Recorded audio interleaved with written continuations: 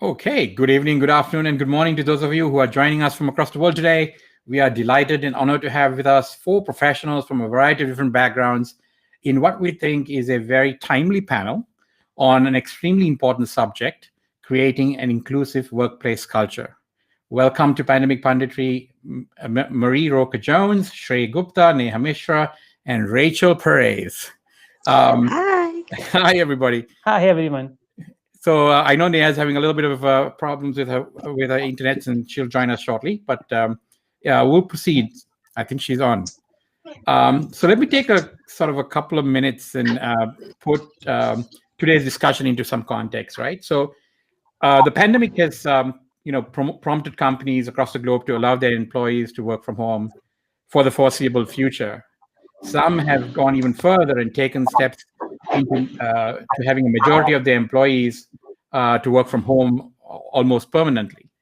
Others have sort of normalized this concept of working from home as a preferred option. So, in a sense, work 3-4 days at home and work a day or two in the office, sort of thing. Um, it must be noted, however, I think Neha might want to mute yourself. Okay, great.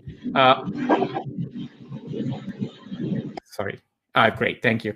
Others have normalized, however, it must be noted that for some of the employees, working from home is not an option, right? Given the type of work they do or their particular socioeconomic situation. So the question sort of, we want to unpack in this hour is to sort of get an idea of how the very definition of the workplace has changed, and how do you really build an inclusive culture in a situation where most of us are working virtually? And also sort of maybe give us sort of a working definition of what we would want to call an inclusive workplace, right? So what does that entail? Is that financial inclusivity? Is that gender inclusivity? Is that racial inclusivity, right? So there's a myriad ways that we will probably have to unpack this concept of inclusiveness. So, okay, Karthik, over to you. Yeah, okay, thank you. Thanks everyone for joining us today. Would love to get started with Marie because she's like the diversity expert on the panel today. Um, so, Marie, in your opinion, like, how is workplace inclusivity, like what is a working definition for workplace inclusivity and diversity, and what are some of the current changes you are now seeing with sort of the onset of the pandemic?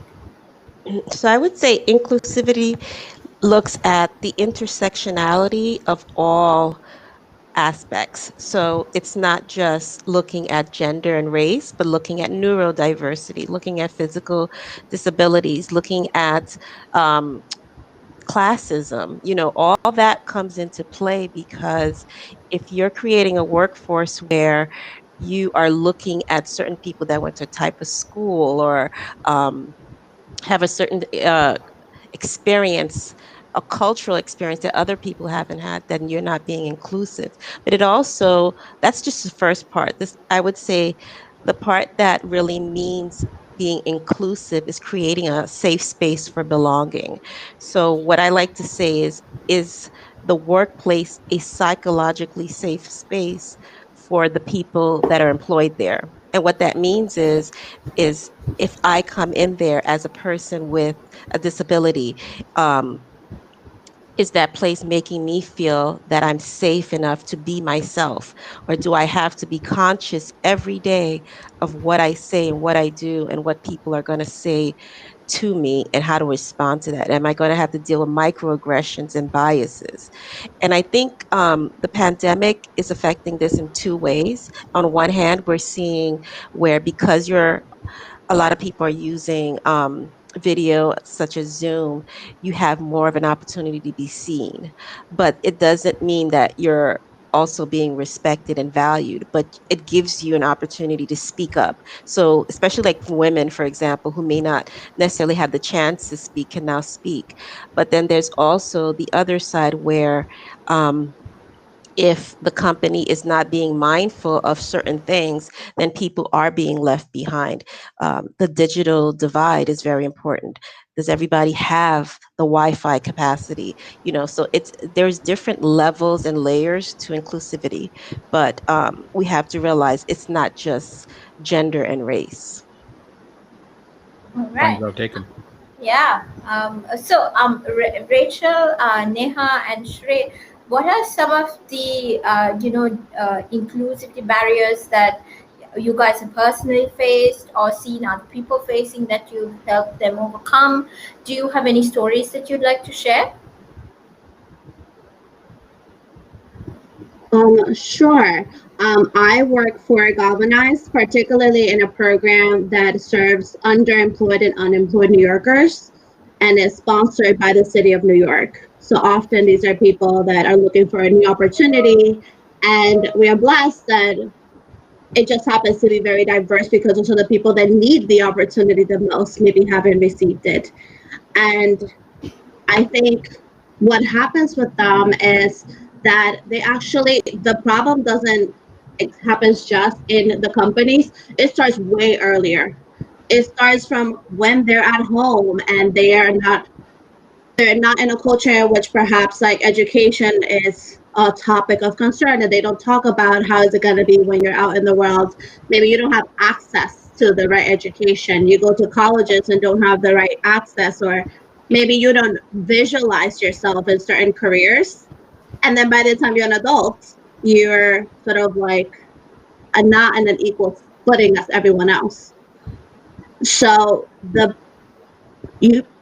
companies need to understand that people have all great, like everyone has great intentions of being qualified and being available, but they haven't had maybe the access to have the same education. So you need to be open to different types of education. Now we have sort of like short-term careers or different types of like majors and people from different communities. You need to be open because some people may have not had access to what you're looking for.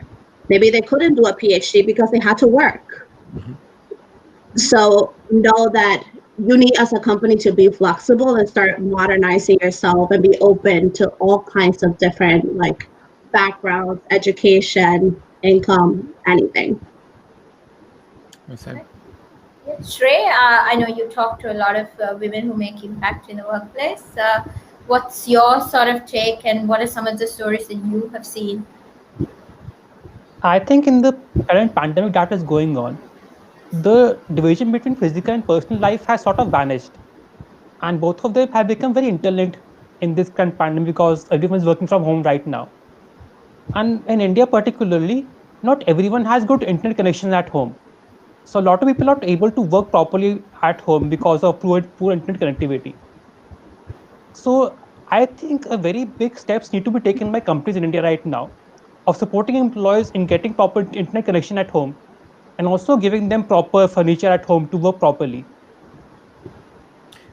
So, I mean, this is interesting. This working from home. Something that really struck me was that, and I think Karthika, you have some statistics, or have come across some statistics where, there are a slew of women who've quit their jobs simply because when they're working from home, suddenly childcare, which with daycare centers closed and everything else, suddenly a woman's of course, men, without lifting a finger, I guess, say, "Hey, you take care of the kids. I'm working, right, on Zoom," and the women are sort of encumbered with childcare and household duties, and all of a sudden, that huge inequity that used to exist prior to women actually going to the workplace has manifested itself in the virtual world, and it's been a real struggle, if I understand that correctly, for a lot of women who have household responsibilities, or have been thrust with household responsibilities with no partner support. Is that something you have seen as well, an experience among the people that you're speaking with? Yeah, so that is pretty common in India because India is largely a patriarchal society. Right. So all the household work is primarily done by women only. And right now, because women are at home 24/7, it is just expected out of them to continue the household work throughout the day. And men don't are not really cooperative with them in terms of taking care of the household work and helping them in tasks. So that is also a huge barrier for women to participate in work actively at this time frame. So what can companies sort of do now, Marie, Rachel and Shrey. Obviously, I see some large themes evolving, right? So one thing Rachel predominantly touched upon being open and inclusive about the hiring process. And Marie talked a lot about after you're hired, creating a safe space for people to be, be themselves. And Shrey, you obviously talked about extending that to like, okay, in the current pandemic, connectivity, and also the right furniture, etc. But if you have women in the workforce and they have to who have children, for example, and they have to take care of the kids, what is it that workplaces can do to make them more productive or make them feel like they're part of the conversation? I could say one of the things that's really important is to not put the pressure on women to feel that because they're working from home, they have to be working all the time. I feel like that's where some boundaries aren't very clear with the remote work, because now it seems like I have access to you anytime. And for employers to be mindful that there's women, and I'll say parents, because sometimes there's dads too that are working while their child is virtually learning right across from them. And so companies have to be mindful of that. And there needs to be some boundaries that are set that respect people's time and not put this pressure on people to be part of the team and to be you have to prove yourself. And I think a lot of times that's put a lot on women, particularly in tech, which is why so many of them deal with the imposter syndrome. So women will go above and beyond to prove themselves. And by doing that, they're now creating a more stressful situation for themselves because they can't keep up. But if the employers would take the time to even say, hey, you know what? Working parents, we understand this is difficult. Have that conversation. Be honest about it. Put it out there so that people don't feel like they're a burden or that they have to initiate that conversation. It shouldn't be the responsibility of employees to speak up about it. It should be the companies understanding this situation and creating certain guidelines that make it easier for working parents to be able to manage their lives and not feel so burned out and have to leave the workforce. So, if I may, Shrey, so from a South Asian Indian context, are you seeing some of the same? I mean, there were issues, obviously, everything that Marie and Rachel has talked about, but also I heard there's issues of caste and things like that as well, right? And class being quite a distinctive challenge, in addition to the issues of gender. Are you seeing anything different from an Indian perspective or a South Asian perspective, or is this sort of universal across the board phenomenon right now? From my own perspective, I think access to capital has become even more crucial at this time now, because there's a huge setup cost involved in terms of getting the right infrastructure at home in order to work peacefully from home right now. And in India, historically, we have seen people from lower castes don't have much access to capital, and therefore they struggle to even have a basic setup at home to work from to start with. So what are some of the ideas? I mean, what would you suggest, for example, right? I know you're involved in this to some extent. So what would you suggest are some things that, I mean, you mentioned earlier that the company should sort of step up in everything from sort of ergonomic furniture to proper environment, high-speed internet, all of that. But what other things can people do? I mean, to sort of from a financial perspective to make this sort of affordable. Like right now, if I think to in India, if you're living in a metro city, like this tier 1 cities in India, so you can easily rent furniture from online portals, and that is pretty affordable also for all classes. You can start with that. And also, as far as internet is concerned, you can get a Jio SIM in India right now. So Jio has very affordable internet plans in place.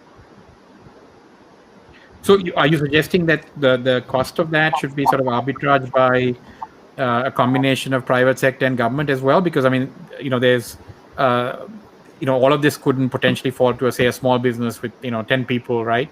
how would they manage that without government incentives, or should they? So is that a cost of doing business? So you don't have an office anymore, so you sort of take some of the rental money and post it towards employee internet. Is that the sort of balancing or moving of resources that you're talking about? Yeah. Actually, from what I feel is that in India, the government is not so sensitive towards this matter of working from home and having the right infrastructure at home to work with.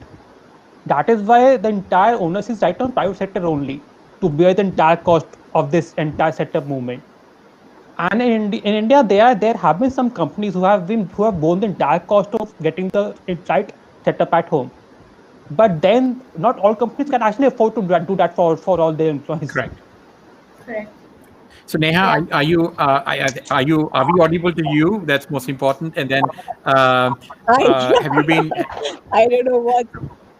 I'm absolutely able to hear all of you. I hope you can hear me and see me, because that's what I don't know what I was struggling with. But some pretty interesting discussions which is happening here, and very valid point you brought up, Lavi, because what happened is a few months ago I was speaking with somebody who was a member of parliament in Finland. And I said, what are the tips that we can take as Indians in terms of bridging the divide and, fostering a more inclusive environment for women in particular. And this stemmed more from that concept of, maternity leave versus paternity leave kind of a thing. And she said, we started in 1950s. So you guys do have a lot of catching up to to do, in terms of what we can do. The only good thing that has come in recent times, and the way the podcast and your session is structured, is that it has given a little bit of acceptance to things which were not being acceptable a few years ago. So, from my own personal experience, I'll tell you, a few years ago when I was trying to work from home, people in my own home wouldn't understand what work from home was and what was the need to do that. So you're sort of shuffling between, like, giving the garbage out and just trying to manage with what you're doing and, holding on to meetings. So the acceptance has generally come in. I mean, I would definitely say that it has opened a lot of opportunities.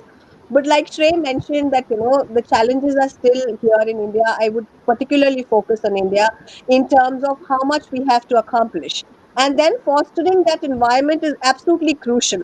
Now, the challenge that I have noticed is that there are some schemes that are in place. So we are actually part of a women's entrepreneurship program, which is now funded by the United Nations and Niti Aayog. But there are so many women entrepreneurs who don't even know about it. So that access is very, very critical, and that's where, reaching out is very, very important to bring about that whole inclusion. Of course, the paradigm shifts completely when you reach out and you say, okay, coming from an Asian heritage or a BIPOC heritage or a woman of color perspective, that shifts a lot. And what I have noticed is that there are a lot of companies who are saying that they're doing it, but are they? So All right. So, Rachel, how are you finding access to education for some of the communities that you're working with? Obviously, with the lockdowns and then the schools being closed, etc. How are those kids getting access to infrastructure to learn from home and stuff like that? I think you're on mute. Sorry. You're on mute. Regarding the kids, and here it seems to be that the range is very wide depending on your income level. You have parents that now have a private teacher essentially for their kids at home. And then you have women who are working from home and teaching, or maybe don't even have tech resources and are trying to get the schools to get them, but they're long wait lists. So there seems to be a wide range of issues and availability to resources. I think there's a lot that we can do in terms of helping our community and helping each other. Like, if you have an extra tab, like, check out with the other people in your class, like, help each other.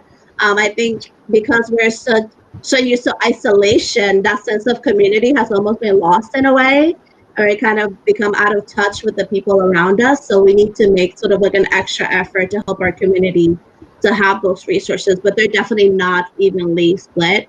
And as much as, like, the city tries to help and even private companies try to help, it was already so unequally to start with. So there's a lot of catching up to get there. So is there a, I mean, just asking, is there a silver lining anywhere here? I mean, that, we can glean out of? Obviously, whatever structural problems there were prior to the pandemic, I mean, as we've seen many times when technology sort of replaces or comes into play, it just amplifies it at a much higher rate, right? So I mean, we've obviously seen that sort of whatever dysfunction or issues that were structurally, they've just been amplified with the fact that we are now using technology to do a lot of this stuff, and so it's made it worse. But is there any sort of silver lining in this, in the sense that, I mean, it is foreseeable, in the future we can foresee that we could have potentially additional pandemics or lockdowns, depending on what may be happening in the future. But it also, I think, shows very sort of clearly how broken maybe education systems are to begin with, right? And how unequal they've been. And maybe there is a silver lining there in terms of technology being available or made available to others, and then people sort of saying, hey, we could actually work from home, we could learn from home, we could do a lot of things from home that we always thought we had to go somewhere or enter some place, right? So maybe there is some sort of broad-based equalization, I'm hoping, in this process. I don't know, I'm asking. I think we are slowly getting in a better place than where we were. Like the fact that like teachers didn't know how to do remote schooling, like things like that. They didn't know how to work a Zoom. We're definitely we're forcing people to get that way. We're forcing companies to accept work from home, when before there were so many companies were concerned about having you in a seat, even if they didn't know if you were working. Right. So there are ways that we are by force getting closer, but I don't know if we'll be as far as we're like, but hopefully we're making strides. So from that long silence, I take the silver lining is still like alloy. No, we're still looking for it. We're still looking for the silver lining. We're working on it. I think what Rachel said it was well said, in that there are changes in place and things are happening. And like with any change, it takes time. It takes time for people to get accustomed to this. I mean, we had to get accustomed to this because of the pandemic. It was kind of like rapid. But for the most part, change in any environment requires people to really be open to this. And I think when it comes to inclusion, it's going to really take more than just people saying things like Black Lives Matter or we want more women, whatever it is. It takes really putting action into place. So having initiatives put into place. And so, what Galvanize is doing for underrepresented people in tech is really powerful. Now it takes, on the other side, we need employers to now step up so that those people, once they're trained, they're not trained for just nothing, that they actually have positions that they can now fill. So it's going to require, and companies are beginning to see that. They're beginning to see that it's not, if you're sourcing just from your community, you're not sourcing, because more than likely you're sourcing from people that are just like you. So you have to step out of that comfort zone. So speaking of processes and people who are able to implement some of these inclusivity procedures and things like that, I mean, to me, at least what I've seen is that's all great, but it's all talk if the top person or the leadership doesn't adopt it. Right? Absolutely. Broad nods there. Broad nods. Everyone's like, yeah. Absolutely, because it's you have to I just have top a little down. bit of. Sorry, Neha, go ahead. That's what. So it's just like the top has to embrace it, but it has to penetrate through the system. So even if you embrace it and it's not being executed, then what's the whole purpose of it? So it has to, like Marie aptly said, it has to be top down, but it has to actually trickle down to the base. So at the person who's actually being recruited feels that he belongs there and doesn't really feel like, you're sort of shuffling between, like Rachel said, should I do this? Should I not do this? Like, is it all right? Is it all right if I speak broken English? Like things like that, they sort of have to penetrate through the whole system. So but yeah, I would say that I do see a silver lining. I've seen it in all, like in the journey that I've had so far, is just the fact that people are getting open to accept that change and beginning to accept this as the new normal, whatever it may be. So I do see that in terms of where we were, we have actually, because this sort of broken down barriers. So Yeah. far, sitting in India and trying to reach out to somebody at a conference in the US was like, I literally had to fight for a visa for that. So it was a whole different perspective. But I do see a monumental shift in people reaching out. So, I've had people reach out from Africa. We've noticed that, people are willing to say that, okay, it doesn't matter where you come from. If you can provide for what we're looking for, we'll go out of our way. I've seen people adjust to time zones. So it's like, and embrace it. Like up till now, what I noticed, the skills was sort of adjusting. But now I see that it's coming at the conflicts of, like, everybody saying, okay, we understand. And So in let's the just in be the vein, thankful for that. sorry, Right. in the vein of having people like from the top down trickle down, what happens a lot in the U.S. There's laws that prevent discrimination, but they're sort of hard to fight anyways. But you see that a lot of companies, the top sets metrics for diversity, and then the top down enforces the metrics, but sometimes the metrics are not enough. Like, okay, I need to interview X number of um, underrepresented candidates, but it doesn't mean I have to hire them. Like, you need to do more than just having a metric. Look around the room and see if you have a diverse place. Yeah, sometimes it's as simple as that, isn't it, Rachel?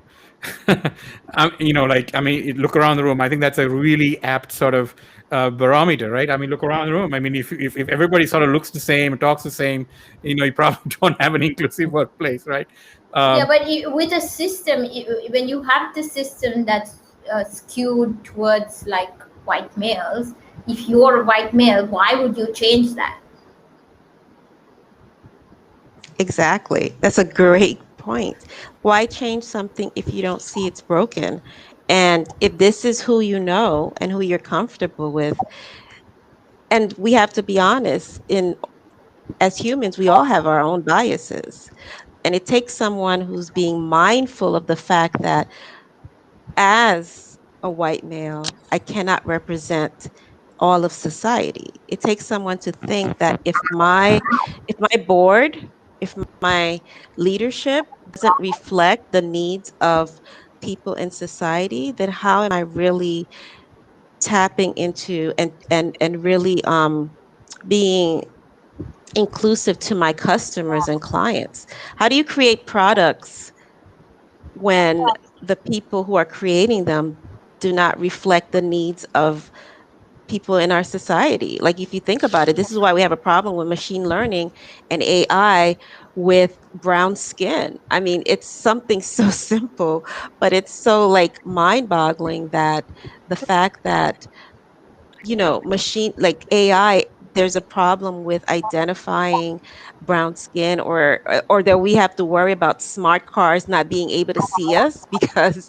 we're brown, and it wasn't created for that. Like, these are things that for us we're laughing because it's common sense, but I Right. think for those who are creating these products, they're looking at it from their own lens, so they're not taking the time to say, oh, you know what, if somebody is hearing impaired or visually impaired, is this going to help them? If somebody is from, religious, I mean, we're just talking about everything, right? That is Right. excluded, that's so, and yet we can giggle about it because it just seems so silly and so simple to fix.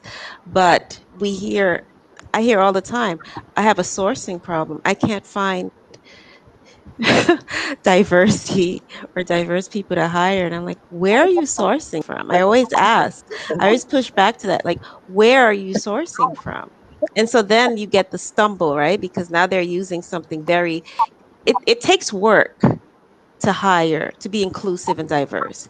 And let's be honest, if I can do what's quick and easy and build my workforce, why would I take the time to do more work? I can think about diversity later. I can set up a foundation. I can donate to Black Lives Matter. I can, really donate to any women's organization. I'm doing my part.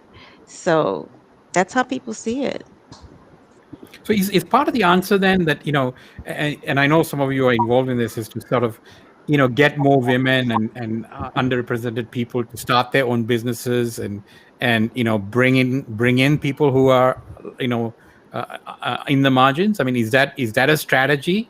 I mean, it's a huge play, right? I mean, I know that the statistics against are against women being funded. I mean, are astronomically, in the wrong direction, right? So, I mean, there's so many other challenges, but is that a potential way to fix the problem as well? If you don't let me into the club, why don't I make my own? Is that? You can. Shreya, what do you think? I'm asking. Yeah, I so want to hear his actually, that's a thoughts. very interesting proposition because in India, historically, the participation of women in urban workforce has been decreasing substantially in the last decade.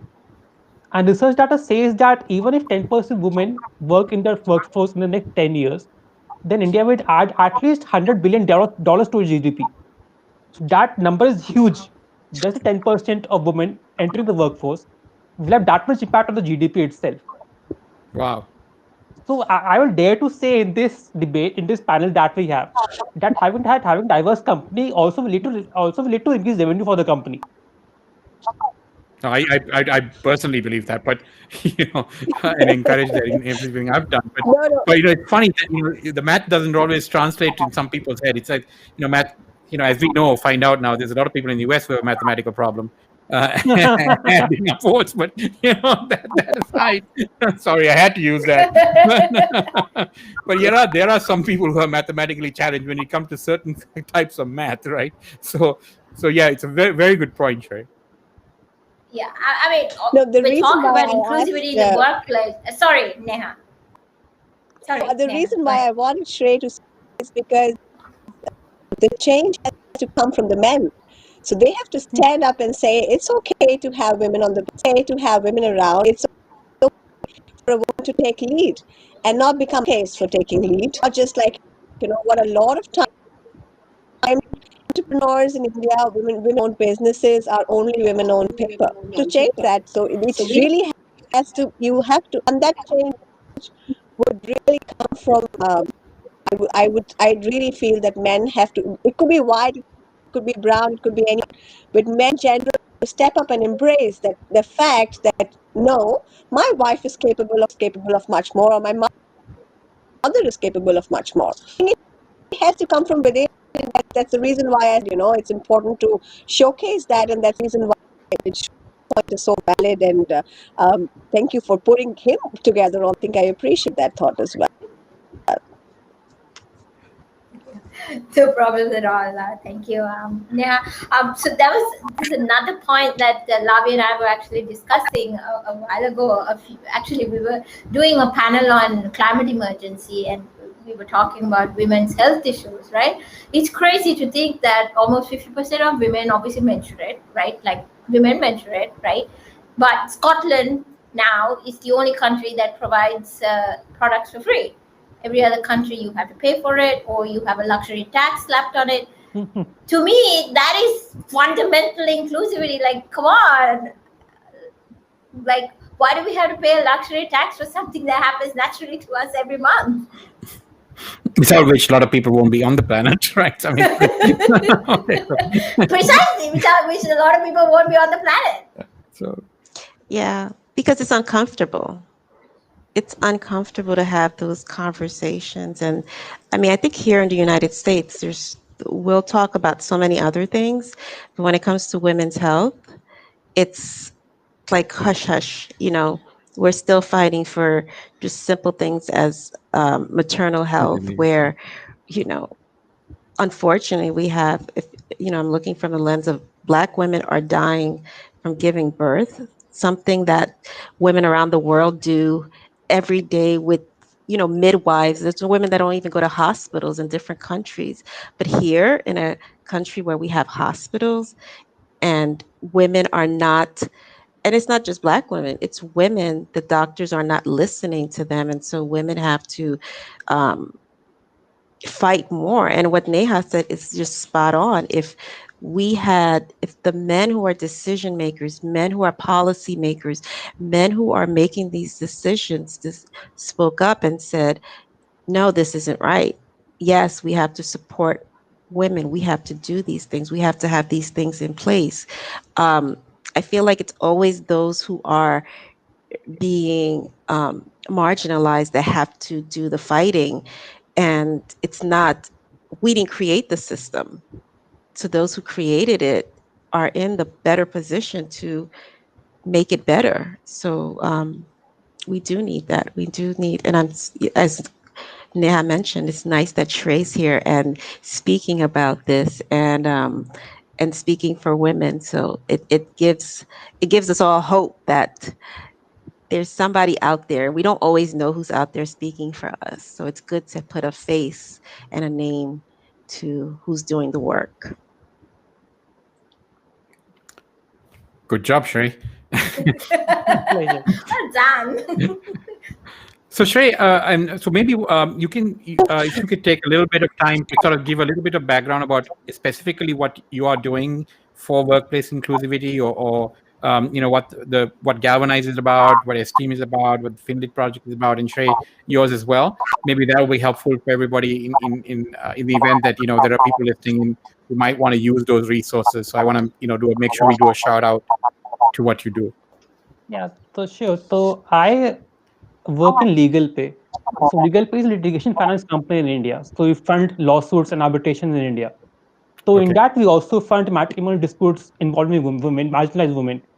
So in case a woman wants to divorce and is not able to afford a lawyer, then we provide for the entire legal case fee in that case, so Wow. that she has access to proper legal channels to get a proper divorce. And also, I also host a podcast by the name of Women Making Impact. So in that, I cover women stories across India. That is women CXOs, women entrepreneurs. And I talk with them about their journeys, how they overcome their obstacles, so that everyone can listen to them and take some learnings, hopefully. Great. Well, that's very creditable. Who wants to go next? Neha? Yeah. Yeah, sure. So when I sort of envisioned the Finlit project, it was just a simple idea with hope that we have to impart financial literacy. So how I see diversity is not just women, like it could be mothers, but I also see it as an opportunity for anyone who wants to learn. So my co-founder is actually 61, and when he said, I'm retired, I don't know what to do now, and I said, why don't you come and learn with me? So in terms of that, our team has we're about 4 women and 2 men, so we usually get our way around. But it's important that you provide those kind of opportunities for women of all. It really have to be about learning how to cook or learning the basic things that everyone needs. And I also come from this military background where women are traditionally more oriented to take care of homes and usually step back. But just with the whole premise of building the financial literacy project was providing equal access to whoever wants to learn. So it doesn't necessarily have to be bounded by where you come from or how much you earn. But if you have the desire to learn, and because your change will only start once you embrace the need to learn. Otherwise, you're just very comfortable in the space that you're in. So I think with that we started, and then opportunities sort of come your way. We've had people who are teachers reaching out from Nigeria saying, I want to learn about finance. And then you say, hey, sure, we can't do a week full of free lectures, but how about one? and then you just get started. Just allocate some time. We're also doing a session with the Oxford Women in Business to just help them, women entrepreneurs in general, just embrace, because finance technically is a very male oriented domain. And every day I have young girls, young graduates from Oxford who keep doubting themselves sometimes, saying that, am I meant to be in the trading space or not? And then so many times as a mentor, I say that, unless you try, how would you know?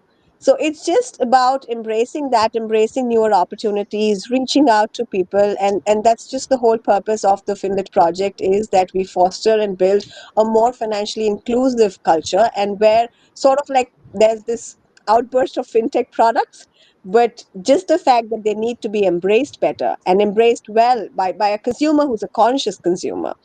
So that's just, what we're trying to build, and hopefully we change the metrics positively one day. So Neha, so if somebody, okay, so who would contact you normally, and sort of what is there a process for that, or is this something that you run webinars and shows and people join in and learn about it? Maybe a little bit more about the process. Yeah. Sure. Thank you. Thank you, Lavindra, for that. So how we sort of work so far, it's been very organic. So people have reached out on their own. I did a lesson on making powerful financial decisions for the faculty of an institute this afternoon. So it sort of runs like that so far, but we also have on our web portal an opportunity where people can come and book a free session with us. And we're also in partnership with some brands. One is based out of Boston. It's called Wiser, where women who are entrepreneurs reach out to us and they say, okay, this is the problem that I'm facing in my financial journey as I'm building an enterprise. So we have a basic financial literacy program which caters to the fundamentals of personal finance. But in addition to that, because finance has a lot of verticals, so we connect these women. There are times where I pitch in, there are times when the other team members pitch in, but there are also opportunities where we connect them to a network where they can benefit from that kind of relationship.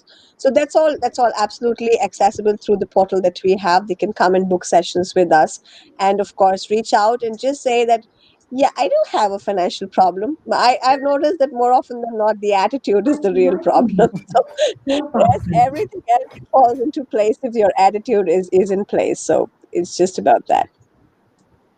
So Rachel, what about Rachel. Oh, so I work for Galvanize. We do short-term courses, some part-time, but mostly intensive full-time ones on web development, data science, and most recently back-end development with Java. And most of our students maybe not have tech backgrounds at all, or changing careers altogether. So we are looking, obviously, if you want to take a course like that, if any of your listeners want to consider Galvanize, we also do remote courses. And even more importantly, if you're looking for a candidate for a job and if you're open to people from non-traditional educational backgrounds, please reach out, because we would love to place our students where you are. Okay. And Marie, could you talk us through a little bit about the equalathons and stuff that you run? Yeah, so we do the social impact driven hackathons, and they're a way for employers to connect to diverse tech talent, that to focus on skill set and mindset and not credentials. So we see it as a way of opening tech companies to diversity by seeing them in action and how they work. So going back to what Rachel mentioned, there's so many boot camp graduates that are so highly skilled, and not just skilled in tech, but some people are coming from like a background such as marketing or psychology. When you bring those two together, that would be such a dynamic person to bring onto your team. So right now, so many people focus so much on computer science, or if you went to an Ivy League. But if we get away from that mindset, and that's what the hackathons do. And I'm going to go back to something you previously mentioned. One of our winning teams is actually had a hack night, and they're further developing their app, and they're going to be presenting it at a demo day.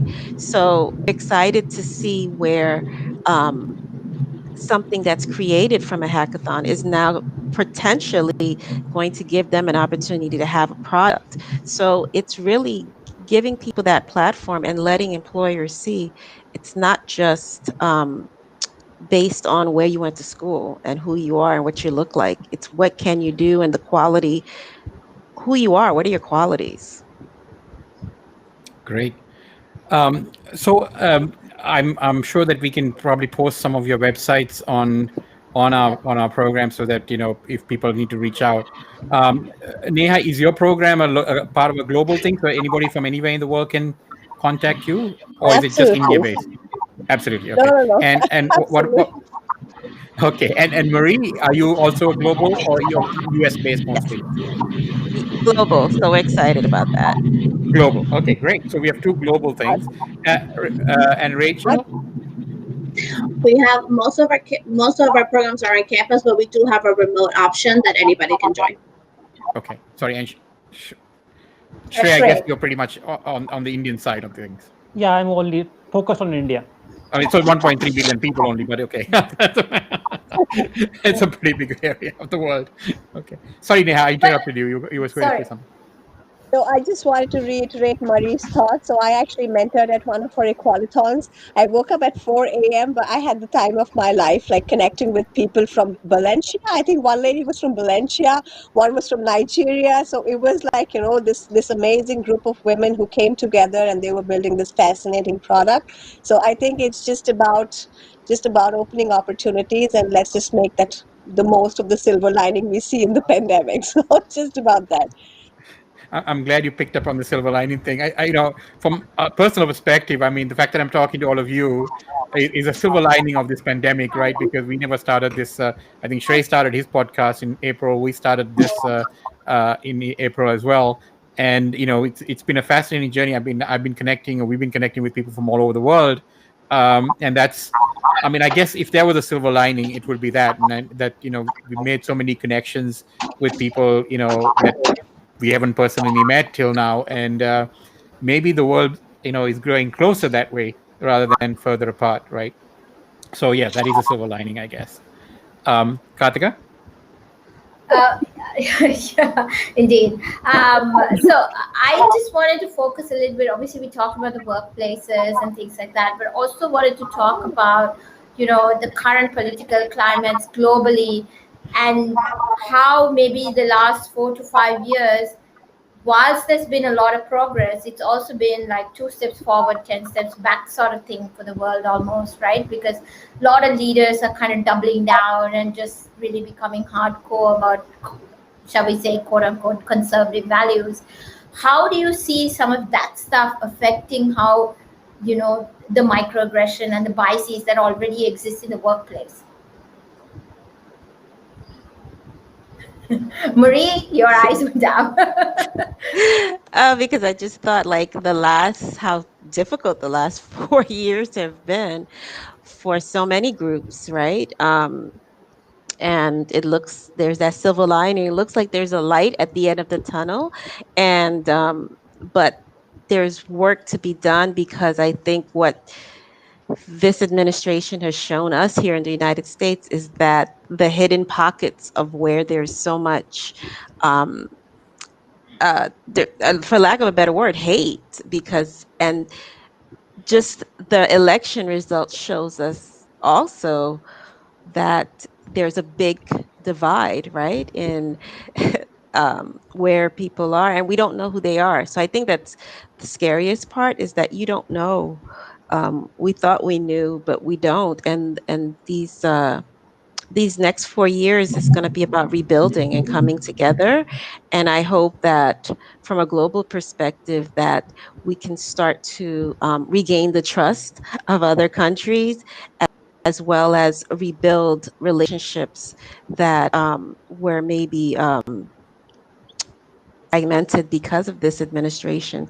So I'm hoping that we see a change, not just here in the United States, but a change that eventually helps us to heal and move forward, but other countries to once again, you know, be in a more positive position and relationship with the United States. And that includes being inclusive and who is at the table, who has a seat at the table. And from me, what I've seen is Obviously what's been happening in the last 4 years, you've seen a lot of hate, and what is shocking is a hate from both sides. Like, now, before you could express your political views at work, for example, now you can't, because it becomes a conflict. You have companies that are enacting like no politics talk at all. And I think that damage, in which it's essentially people are afraid of freedom of expression, speaking their minds, that damage that we've incurred the last 4 years is going to take probably the next decade to undo. So I'm hoping the next year we start going the right way, but we have a lot to catch up. Well put, Ray. And Shreya and Neha, some of the right-wing stuff, obviously, that's happening in India as well. And you see a lot of polarization here in Sri Lanka also. Sorry, go ahead, Neha. I think, that's what I say. And just, no, it's just not something that it's about agreeing or disagreeing, but just fixated on an idea simply because you heard it through somebody, and just, the philosophy that sort of penetrates through social media is something that needs to be addressed. And I think, irrespective of where we may not say it, we may have our own political sort of inclinations, but that's just not an environment to leave for the future generation. So, as growing up, and again, India is a very class-based society, and it's just about where you come from, and irrespective of what you have, what you're able to achieve is often predetermined, and a lot of that alignment is, of course, political. But it's, even though it's like, it doesn't really look like that on a global map. But of course, all know what on in India as well. So I think that's something that does need to change. I think, as a society, if we become more cognizant of the fact and think what's true and what's not true, I think that would just bring about the change rather than just aligning with, like, I've seen people going on streets, like, probably yelling for, seen the same people yelling for another party when they were in power. So it's just about, like, education has to penetrate, that people understand what is it that you are sort of throwing yourself out for. And I'd love to hear Shrey's thought on this, but I think, there's a lot of work that needs to be done there. I think aggression vices has always been there. It's just that the current government stands on different matters has just emboldened those people to come forward and do it publicly.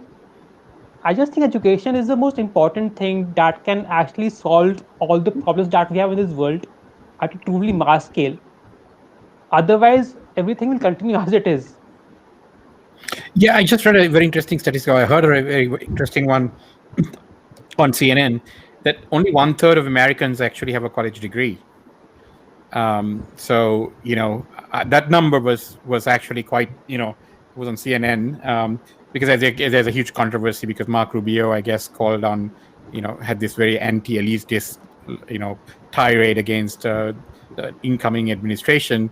And then, of course, CNN sort of layered it back and said, actually, all these Republican presidents went to either Yale or Harvard, right? And by the way, a lot of people on your staff also went to those schools. So, it's a political thing to sort of break down education, because the more dumber the people are, the more easier they're manipulated, I guess, which is Shrey's point, right? So, I mean, taking a anti-education, anti-knowledge stance is very convenient politics, very bad politics, but convenient politics, because that makes sense from the vote bank that they're sort of looking for. So just pandering to the lowest common denominator. And I think it's interesting that we have sort of this. If you look at the voting patterns of the two big countries here, with guest representation, India and US. Yeah, there's some very strikingly similar parallels, I guess, right? I think so. Hopefully, as Marie said, maybe there is a light at the end of the tunnel, and the pendulum that has shifted so far right starts shifting right back, maybe towards the middle at the very least. So that's the aspiration, I guess, of some of us at least. Karthika, any more questions? We're getting close to the hour, so I just want to make sure we're on time. Just wanted to open it out to the panel. If there's any parting messages they wanted to give, then I'll start. I just say thank you for this opportunity. I mean, it is an honor to be on this panel with everyone, and it feels hopeful and positive when we have these conversations because it's not centered on just what's wrong, but what can be done to make it right and who's working in that. And to Shrey, I want to say if there's any way we can help you support what you're doing, please reach out. And thank you both for giving us this opportunity to be here and to speak. So it's a great way to end the week. Oh, I'm glad Thank you you, think so. Marie. Thank you for joining and making the time. Rachel? No, the same. Thank you so much for the opportunity. This is amazing having people from different parts of the world in one place with the same common goal. Hopefully here we talked a little bit about what companies can do, but also if you are the person that feels that your company could do more in inclusivity, speak up, say something, watch out for your brother or sister. And hopefully if we all band together, we could all make a change. Yep. Well said. Thank you, Rachel. Neha? Yeah, that was so beautiful, Rachel. Thank you so much. I think that was so nice. I think just embracing the fact that okay, I can help bring that change. But I really want to thank Marie for connecting me to both of you, Kartika and Lavindra. What a pleasure it has been to be here and just I really enjoyed this panel because like it's the end of the week. It's literally like 8:30 here when we started, but I just had such a nice time speaking to all of you. And thank you so much once again for having us and for also providing a platform that speaks about these kind of issues. So I think that's very important, that a space where you feel safe enough to say all these things. So thank you so much for providing that. I really, really appreciate it. I wish both of you all the very best. Oh, thank Thank you, you, Neha. Neha. Thank you. Shrey, you get the last Shrey. word, not because you're a man. I just want to make clear about that. I'm just very happy and grateful to be here on this panel. Also, Mike, I'll just surely connect with you afterwards. And my only parting message is that we can only accept others if we accept us, if we accept ourselves in the first place. So all of us should work on accepting ourselves. Only then we can accept others around us fully. No, well said too. Yeah, it's, point on. Karthika, any last words? No, I mean, look, I mean, everything the panel said is valid, and Lavi, you and I both obviously discussed a lot of this stuff with length, right? But I think with the pandemic, it's given us a lot of opportunity to change how we approach work and, how we approach women at work. And, it's okay for women to work from home. If they're pregnant, or if they have children to take care of, or if they have period related issues, everything's proven that this if the pandemic has proven anything to me, it's that economies are going to run fine even if the entire population is working from home. Yeah, yeah, that's true. It's really sort of changed this whole, you have to be in the office to be productive, and you have to be there from 9 to 5 to be productive, right? So all of these sort of, things are sort of breaking down, right? And yeah, of course, the technology company is going to make a lot of money doing Zoom and Restream and all this stuff. But I mean, it makes Somebody's sense. got to make money, Larry. Yeah, someone's got to make money. But That's I how think the system works. yeah, I think it makes sense that that technology hopefully can also be an enabler, right? So that it does let these like we are talking. I mean, we're not the voices that are normally heard, and we've sort of been able to amplify your message today through all the media channels that we get our sponsors to line up for. So hopefully that's a silver lining, and I think it was a lot of work in progress to create inclusive work cultures before. It's just gotten a lot harder, and because the sort of the underlying assumptions have all sort of been thrown asunder. So it will take, as Shrey said, a lot of effort on the part of everyone, and men included there, to sort of make that happen. So I think awareness is the first thing. Educating yourself on the issues and on the challenges is the second. And then, as Neha said, do something about it, right? So the talk is good, but execute, right? I think that's the key. So thank you, everyone, for sort of joining on a Friday evening or a Friday morning for some of you in New York. Thanks again for joining Pandemic Punditry, and all the very best in all the wonderful things you do for the betterment of the world. Please stay in touch. Take care. We will. Thank you. Thank you so much. Bye, Thank you. everybody. Thank you. Bye. Bye-bye. Bye. Thank you. Bye, guys. Take Bye. care. Thank Bye. you. Thank you so much. Bye.